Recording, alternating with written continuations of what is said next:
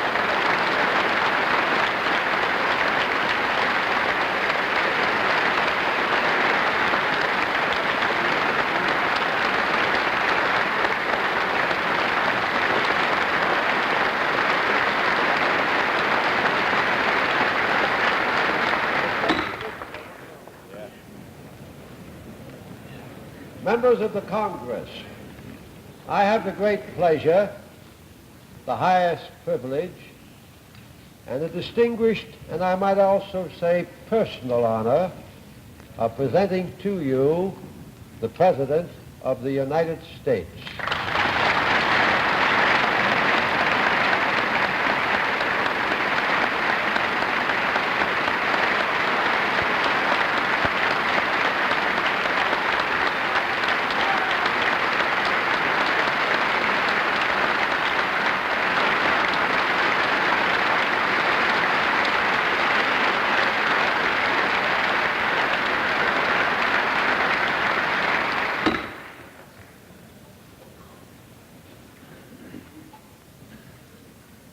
Mr. Speaker, Mr. President, members of the Congress,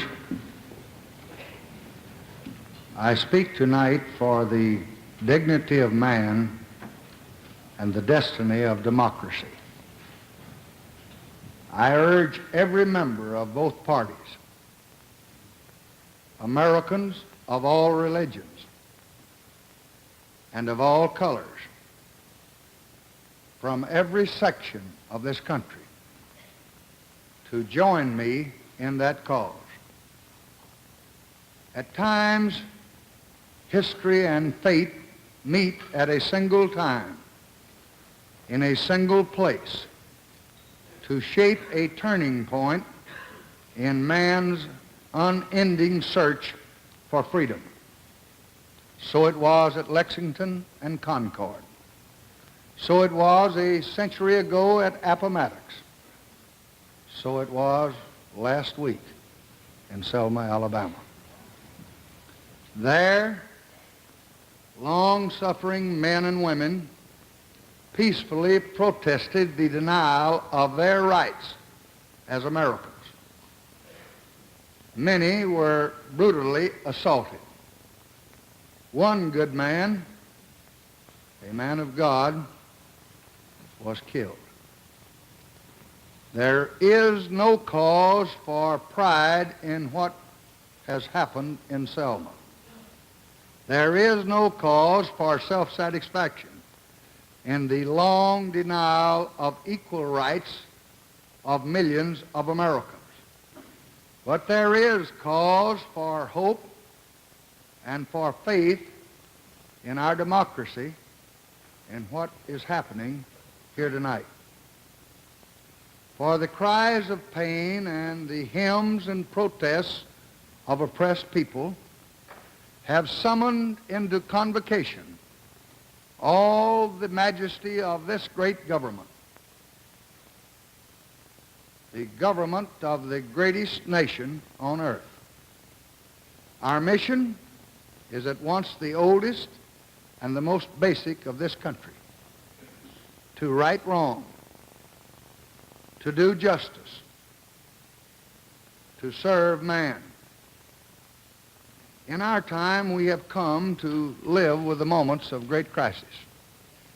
Our lives have been marked with debate about great issues, issues of war and peace, issues of prosperity and depression.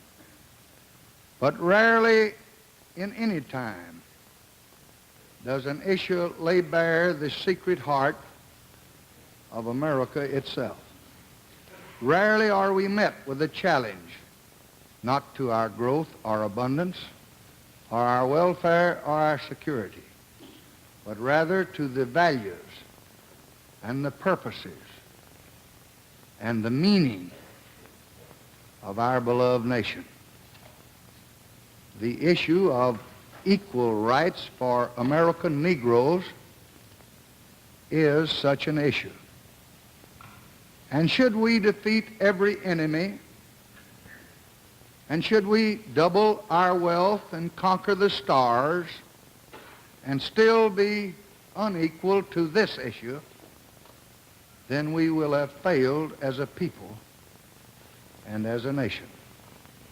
For with a country as with a person, what is a man profited if he shall gain the whole world and lose his own soul?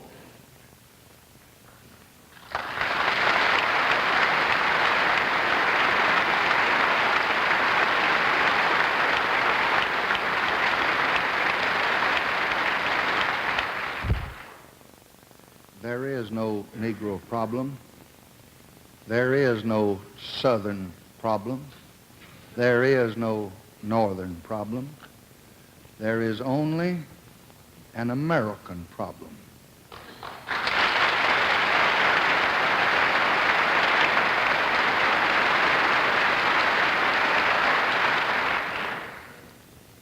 And we are met here tonight as Americans, not as Democrats or Republicans. We are met here as Americans to solve that problem. This was the first nation in the history of the world to be founded with a purpose. The great phrases of that purpose still sound in every American heart, North and South. All men are created equal. Government by consent of the governed. Give me liberty or give me death. Well, those are not just clever words, or those are not just empty theories. In their name, Americans have fought and died for 2 centuries. And tonight, around the world, they stand there as guardians of our liberty, risking their lives.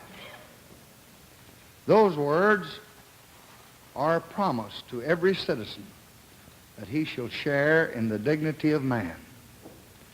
This dignity cannot be found in a man's possessions. It cannot be found in his power or in his position. It really rests on his right to be treated as a man equal in opportunity to all others. It says that he shall share in freedom. He shall choose his leaders, educate his children, provide for his family according to his ability and his merits as a human being. To apply any other test, to deny a man his hopes because of his color or race or his religion or the place of his birth is not only to do injustice, it is to deny America and to dishonor the dead who gave their lives for American freedom.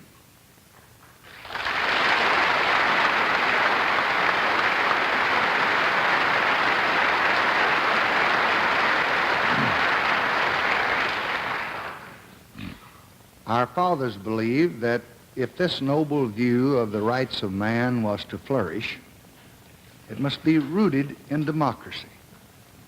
The most basic right of all was the right to choose your own leaders. The history of this country, in large measure, is the history of expansion of that right to all of our people. Many of the issues of civil rights are very complex and most difficult. But about this, there can and should be no argument. Every American citizen must have an equal right to vote.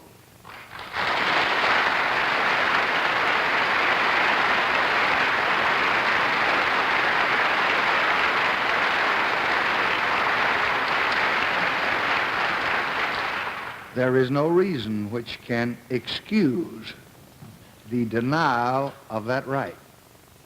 There is no duty which weighs more heavily on us than the duty we have to ensure that right. Yet the harsh fact is that in many places in this country, men and women are kept from voting simply because they are Negroes. Every device of which human ingenuity is capable has been used to deny this right. The Negro citizen may go to register only to be told that the day is wrong, or the hour is late, or the official in charge is absent. And if he persists, and if he manages to present himself to the registrar, he may be disqualified because he did not spell out his middle name or because he abbreviated a word on the application. And if he manages to fill out an application, he is given a test. The registrar is the sole judge of whether he passes this test. He may be asked to recite the entire Constitution or explain the most complex provisions of state law. And even a college degree cannot be used to prove that he can read and write. For the fact is that the only way to pass these barriers is to show a white skin. Experience has clearly shown that the existing process of law cannot overcome systematic and ingenuous discrimination. No law that we now have on the books, and I have helped to put 3 of them there, can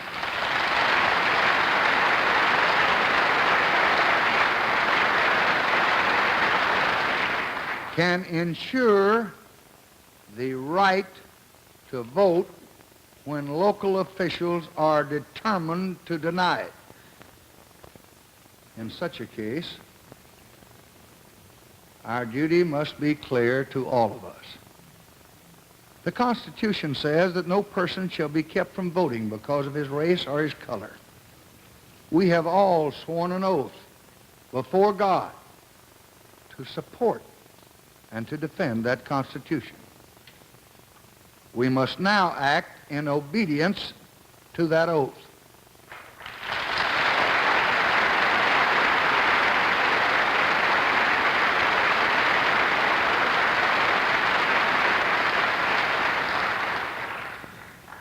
Wednesday, I will send to Congress a law designed to eliminate illegal barriers to the right to vote.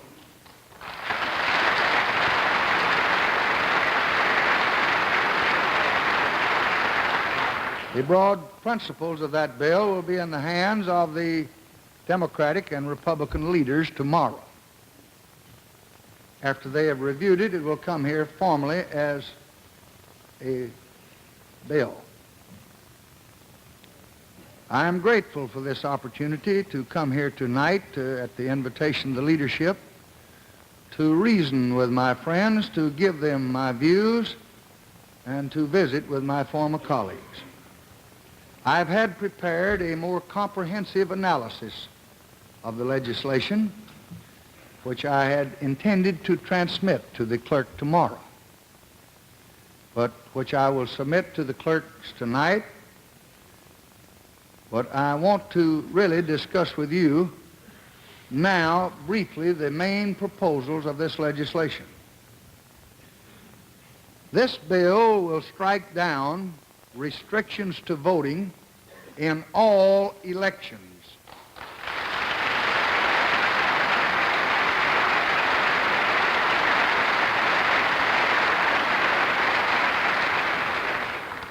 Federal, state, and local.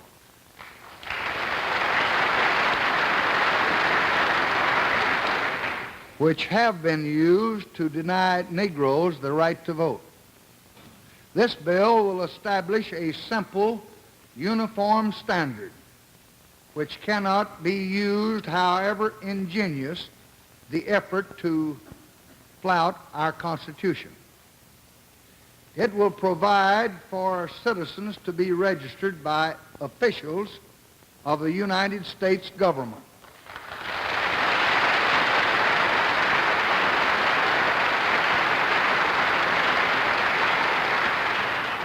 If the state officials refuse to register them. It will eliminate tedious, unnecessary lawsuits which delay the right to vote.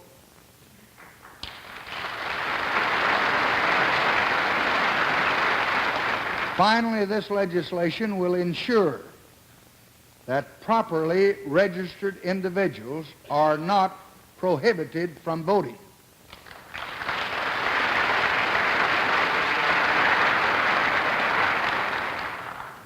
I will welcome the suggestions from all the members of Congress. I have no doubt that I will get some on ways and means to strengthen this law and to make it effective. But experience has plainly shown that this is the only path to carry out the command of the Constitution. To those who seek to avoid action by their national government in their home communities, who want to and who seek to maintain purely local control over elections, the answer is simple. Open your polling places to all your people.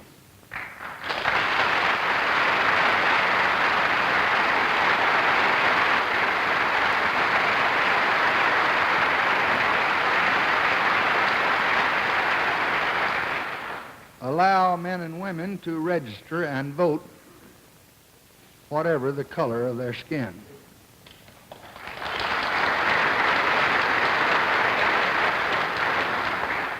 Extend the rights of citizenship to every citizen of this land.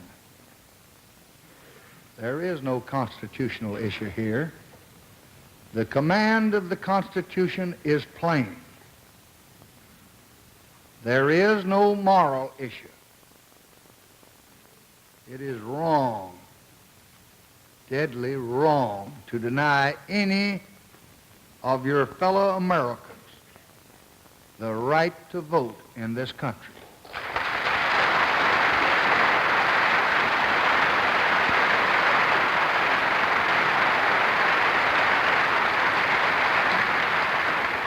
There is no issue of states' rights or national rights. There is only the struggle for human rights.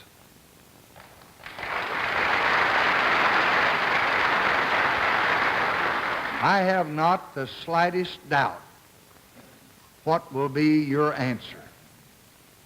But the last time a president sent a civil rights bill to the Congress, it contained a provision to protect voting rights in federal elections. That civil rights bill was passed after 8 long months of debate. And when that bill came to my desk from the Congress for my signature, the heart of the voting provision had been eliminated. This time, on this issue, there must be no delay or no hesitation or no compromise with our purpose.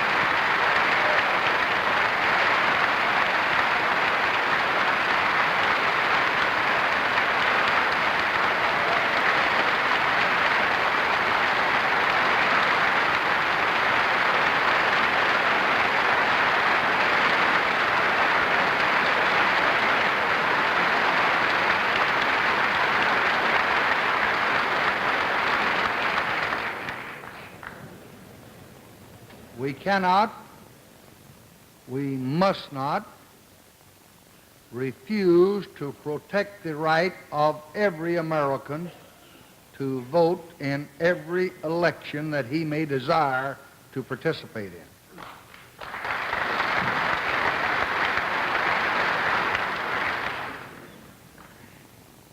And we ought not, and we cannot, and we must not wait another 8 months before we get a bill.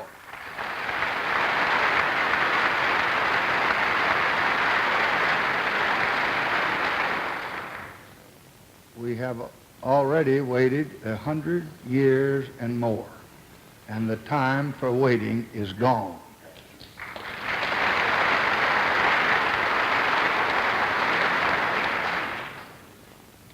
So I ask you to join me in working long hours, nights, and weekends if necessary, to pass this bill. And I don't make that request lightly. Far from the window where I sit with the problems of our country, I recognize that from outside this chamber is the outraged conscience of a nation, the grave concern of many nations, and the harsh judgment of history on our acts. But even if we pass this bill, the battle will not be over. What happened in Selma is part of a far larger movement which reaches into every section and state of America. It is the effort of American Negroes to secure for themselves the full blessings of American life. Their cause must be our cause too. Because it's not just Negroes, but really it's all of us who must overcome the crippling legacy of bigotry and injustice. and we shall overcome.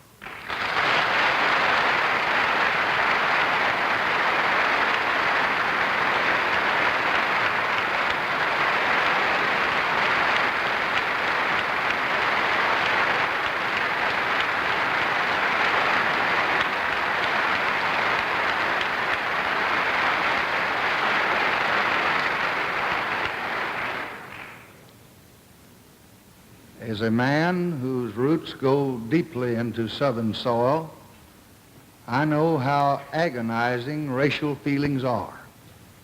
I know how difficult it is to reshape the attitudes and the structure of our society.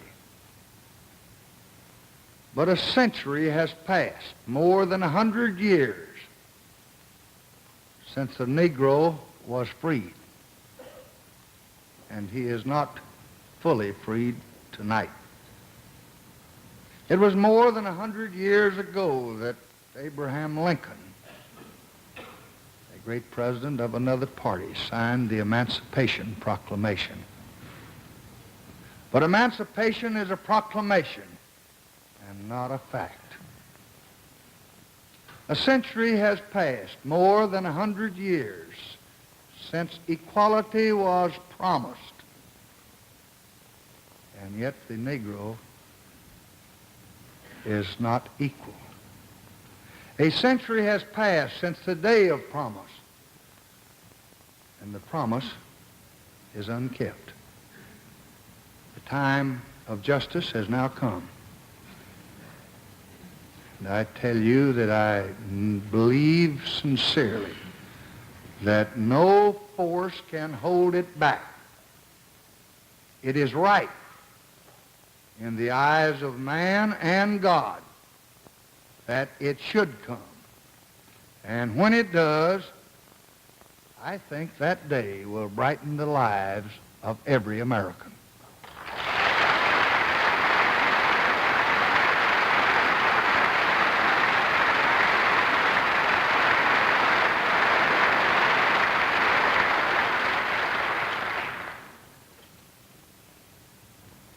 For Negroes are not the only victims.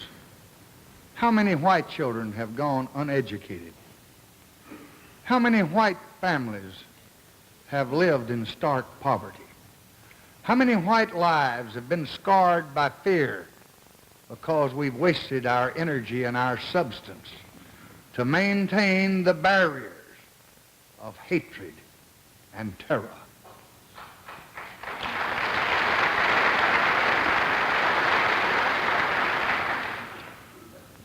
And so I say to all of you here and to all in the nation tonight, that those who appeal to you to hold on to the past do so at the cost of denying you your future.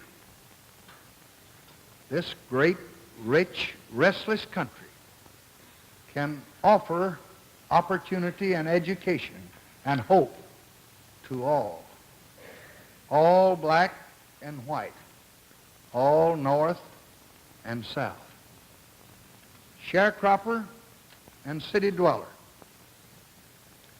These are the enemies. Poverty, ignorance, disease, they are enemies, not our fellow man, not our neighbor. And these enemies too, poverty, disease, and ignorance, we shall overcome.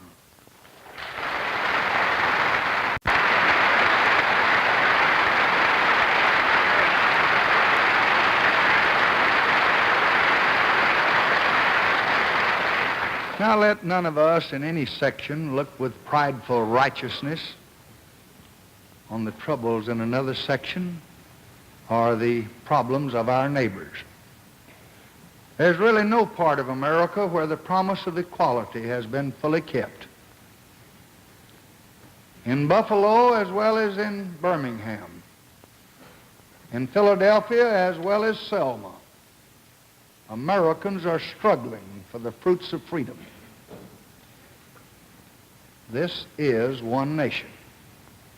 What happens in Selma or in Cincinnati is a matter of legitimate concern to every American. But let each of us look within our own hearts and our own communities, and let each of us put our shoulder to the wheel to root out injustice wherever it exists.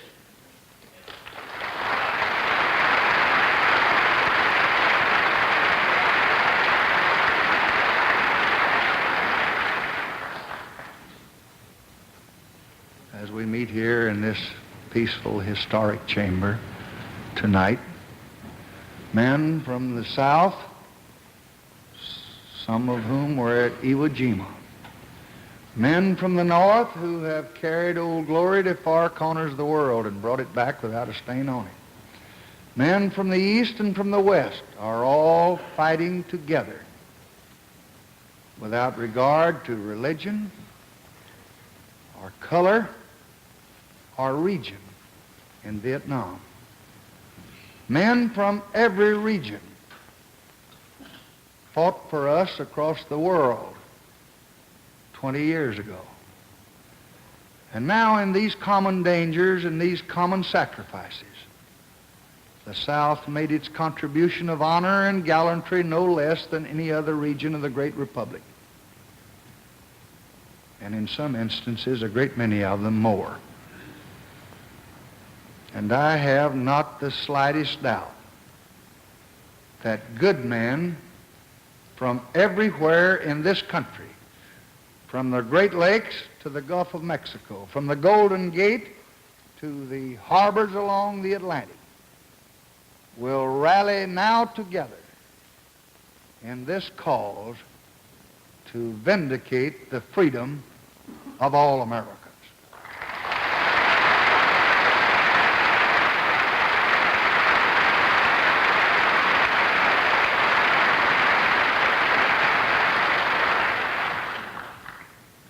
For all of us owe this duty, and I believe that all of us will respond to it. Your president makes that request of every American. The real hero of this struggle is the American Negro. His actions and protests, his courage to risk safety and even to risk his life, have awakened the conscience of this nation.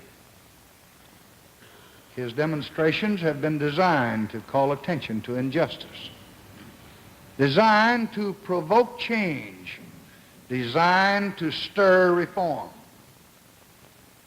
He has called upon us to make good the promise of America.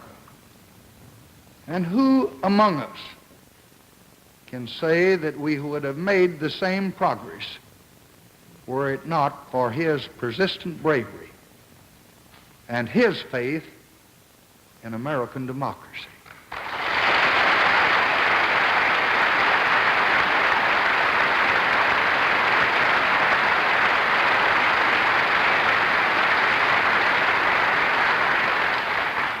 For at the real heart of battle for equality is a deep-seated belief in the democratic process. Equality depends not on the force of arms or tear gas, but depends upon the force of moral right, not on recourse to violence, but on respect for law and order.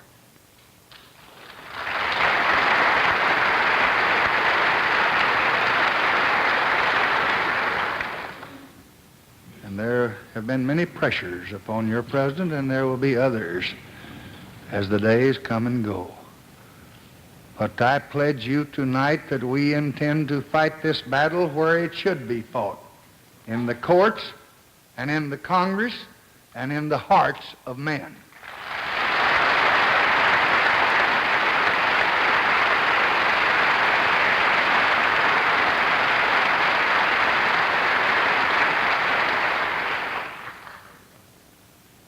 must preserve the right of free speech and the right of free assembly.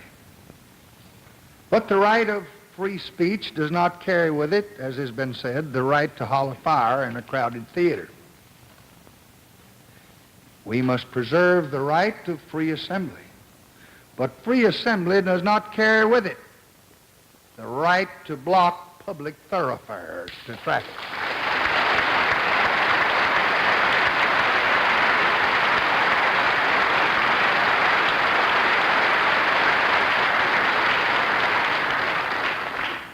We do have a right to protest and a right to march under conditions that do not infringe the constitutional rights of our neighbors. And I intend to protect all those rights as long as I am permitted to serve in this office.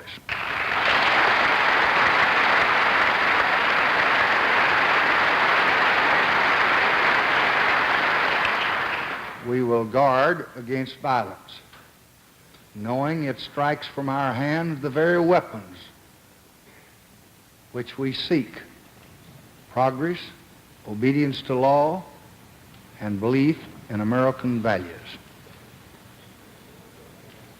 In Selma, as elsewhere, we seek and pray for peace. We seek order. We seek unity. But we will not accept the peace of stifled rights or the order imposed by fear or the unity that stifles protests, for peace cannot be purchased at the cost of liberty.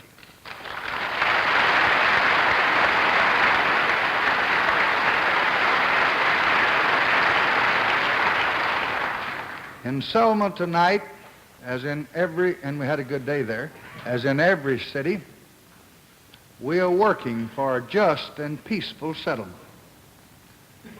And we must all remember that after this speech I'm making tonight, after the police and the FBI and the marshals have all gone, and after you have promptly passed this bill, the people of Selma and the other cities of the nation must still live and work together. And when the attention of the nation has gone elsewhere, they must try to heal the wounds and to build a new community. This cannot be easily done on a battleground of violence, as the history of the South itself shows. It is in recognition of this that men of both races have shown such an outstandingly impressive responsibility in recent days. Last Tuesday, again today. The bill that I am presenting to you will be known as a civil rights bill. But in a larger sense, most of the program I'm recommending is a civil rights program. Its object is to open the city of hope to all people of all races, because all Americans just must have the right to vote, and we are going to give them that right.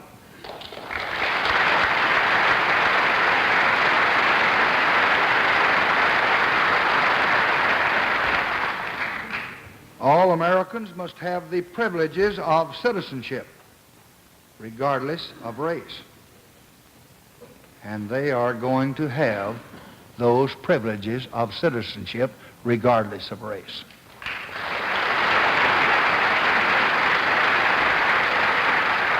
But I would like to caution you and remind you that to exercise these privileges takes much more than just legal right. It requires a trained mind and a healthy body.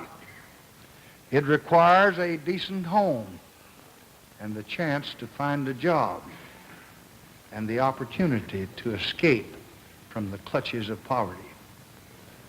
Of course, people cannot contribute to the nation if they are never taught to read or write, if their bodies are stunted from hunger, if their sickness goes untended, if their life is spent in hopeless poverty, just drawing a welfare check. So we want to open the gates to opportunity. But we're also going to give all our people, black and white, the help that they need to walk through those gates. My first job after college was as a teacher in Cotulla, Texas, in a small Mexican-American school. Few of them could speak English, and I couldn't speak much Spanish. My students were poor, and they often came to class without breakfast, hungry. And they knew, even in their youth, the pain of prejudice. They never seemed to know why people disliked them, but they knew it was so, because I saw it in their eyes. I often walked home late in the afternoon after the classes were finished, wishing there was more that I could do. But all I knew was to teach them the little that I knew, hoping that it might help them against the hardships that lay ahead. And somehow you never forget what poverty and hatred can do when you see its scars on the hopeful face of a young child. I never thought then, in 1928, that I would be standing here in 1965. It never even occurred to me in my fondest dreams that I might have the chance to help the sons and daughters of those students and to help people like them all over this country. But now I do have that chance. And I'll let you in on a secret. I mean to use it.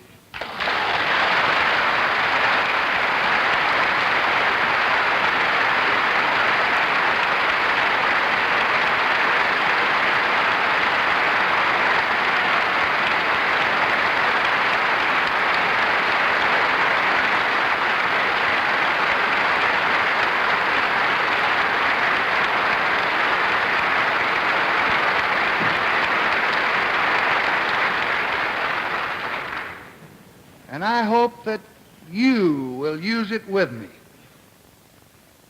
This is the richest and the most powerful country which ever occupied this globe.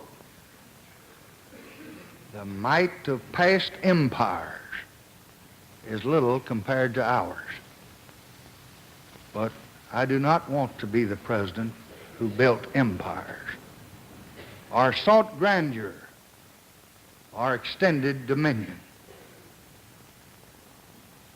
I want to be the president who educated young children to the wonders of their world.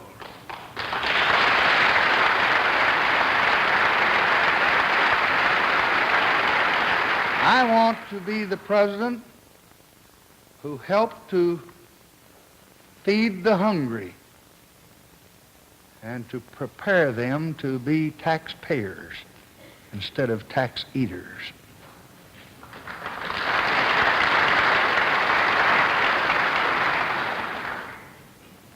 I want to be the president who helped the poor to find their own way and who protected the right of every citizen to vote in every election.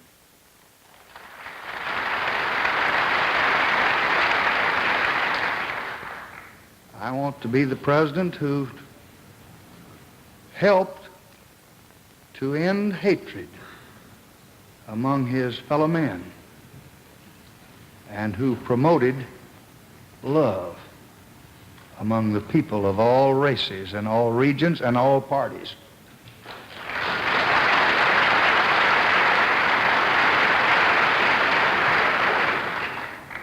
I want to be the president who helped to end war among the brothers of this earth.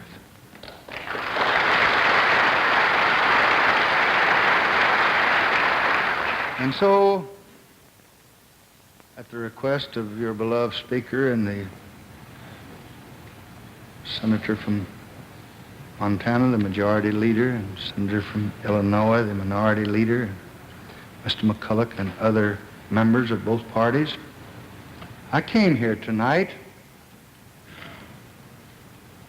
not as President Roosevelt came down one time in person to veto a bonus bill, not as President Truman came down one time to urge the passage of a railroad bill, but I came down here to ask you to share this task with me and to share it with the people that we both work for. I want this to be the Congress, Republicans and Democrats alike, which did all these things for all these people. Beyond this great chamber, out yonder in 50 states, are the people that we serve. Who can tell what deep and unspoken hopes are in their hearts tonight as they sit there and listen? We all can guess from our own lives how difficult they often find their own pursuit of happiness. How many problems each little family has. They look most of all to themselves for their future. But I think that they also look to each of us. Above the pyramid on the Great Seal of the United States, it says in Latin, God has favored our undertaking. God will not favor everything that we do. It is rather our duty to divine His will. But I cannot help believing that He truly understands and that He really favors the undertaking that we begin here tonight.